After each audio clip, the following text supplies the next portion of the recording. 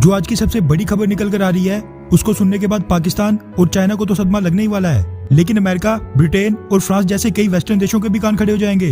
भारतीय सरकार ने जो भारत को आत्मनिर्भर बनाने का बेड़ा उठाया था, उसमें भारत को इतिहास की सबसे बड़ी सफलता मिलने जा रही है। आज की डेट में जब पूरी दुनिया और खुद भारत में भी कोरोना वायरस विकराल रूप ले रहा है, इसी बीच भारत के लिए एक बहुत ही पॉजिटिव न्यूज निकल कर आ रही है, जो कि FDI यानी फॉरेन डायरेक्ट इन्वेस्टमेंट से संबंधित है। दुनिया भर के टॉप 3 स्टील प्रोड्यूसिंग देशों की बात करें तो पहले नंबर पर आता है चाइना, दूसरे पर भारत और फिर तीसरे पर जापान।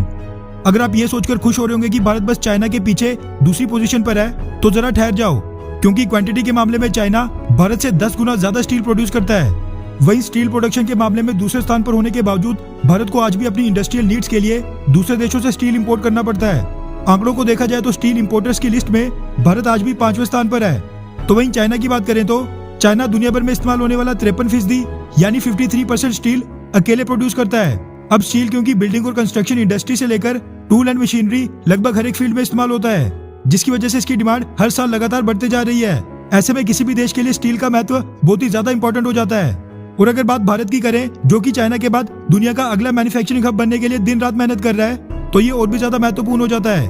वैसे खुशी की बात यह है कि भारतीय सरकार को स्टील की एक दिग्गज साउथ कोरियन कंपनी पॉस्को से भारतीय इतिहास की सबसे बड़ी वन टाइम इन्वेस्टमेंट मिलने जा रही है। दरअसल the Indian express, Dainik Jagran, स्वराज्य मैगजीन और कई बड़े बड़े मीडिया हाउसेस के वाले से मीडिया रिपोर्ट सामने निकल कर आ रही है कि South Korean steel giant POSCO भारत के ओडिशा राज्य में 90,000 करोड़ रुपए की लागत से एक इंटीग्रेटेड स्टील प्लांट स्थापित करने जा रही है।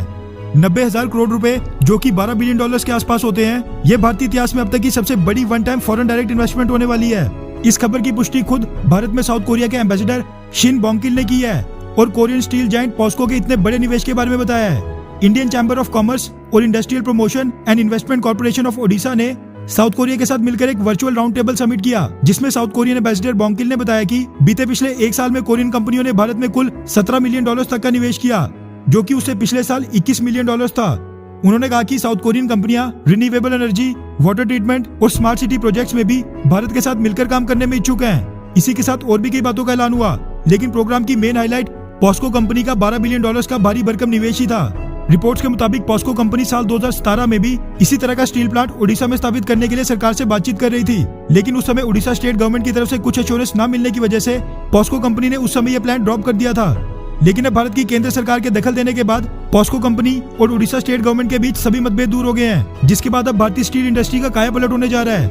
आज की डेट में स्टील इंपोर्ट्स की बात करें तो भारत तकरीबन 35% चाइना, 25% साउथ कोरिया और 15% जापान से स्टील इंपोर्ट करता है। लेकिन पॉस्को द्वारा स्टील प्लांट के स्थापित होने के बाद भारत के स्टील इंपोर्ट्स में भारी गिरावट और कई बिलियन डॉलर्स के बचने का अनुमान है। वहीं जिस तेजी से भारत में नई नई इंडस्ट्रीज और फैक्ट्रीज खड़ी हो रही हैं, उसको देखते हुए तो लगता है कि भारत की स्टील कंजप्शन आगे और भी बढ़ने वाली है, जिसको पूरा करने में Korean steel giant company POSCO बड़ी भूमिका निभाने वाली है। वैसे इतने लार्ज स्केल की इन्वेस्टमेंट लाने के लिए भारतीय सरकार को भी बड़े पापड़ बेलने पड़े हैं और साउथ कोरिया की पॉस्को कंपनी को थोड़ी बहुत रियायतें भी देनी पड़ी हैं, मगर भारत में कई लोग इसके भी खिलाफ हैं और उनका मानना है कि भारतीय सरकार ऐसा करके गलत कर रही है। वैसे आपकी क्या राय है कि क्या भारत में इन्वेस्टमेंट लाने के लिए बड़ी बड़ी मल्टीनेशनल कंपनियों को थोड़ी बहुत रियायत और सब्सिडी देकर मोदी सरकार सही कर रही है, हाँ या फिर नहीं? नीचे कमेंट करके अपनी राय जरूर बताएं। अच्छा सुनो, चैनल को सब्सक्राइब करो, उसके बाद घंटी बजा देना ताकि अगली वीडियो आपसे मिस ना हो पाए। Thank you.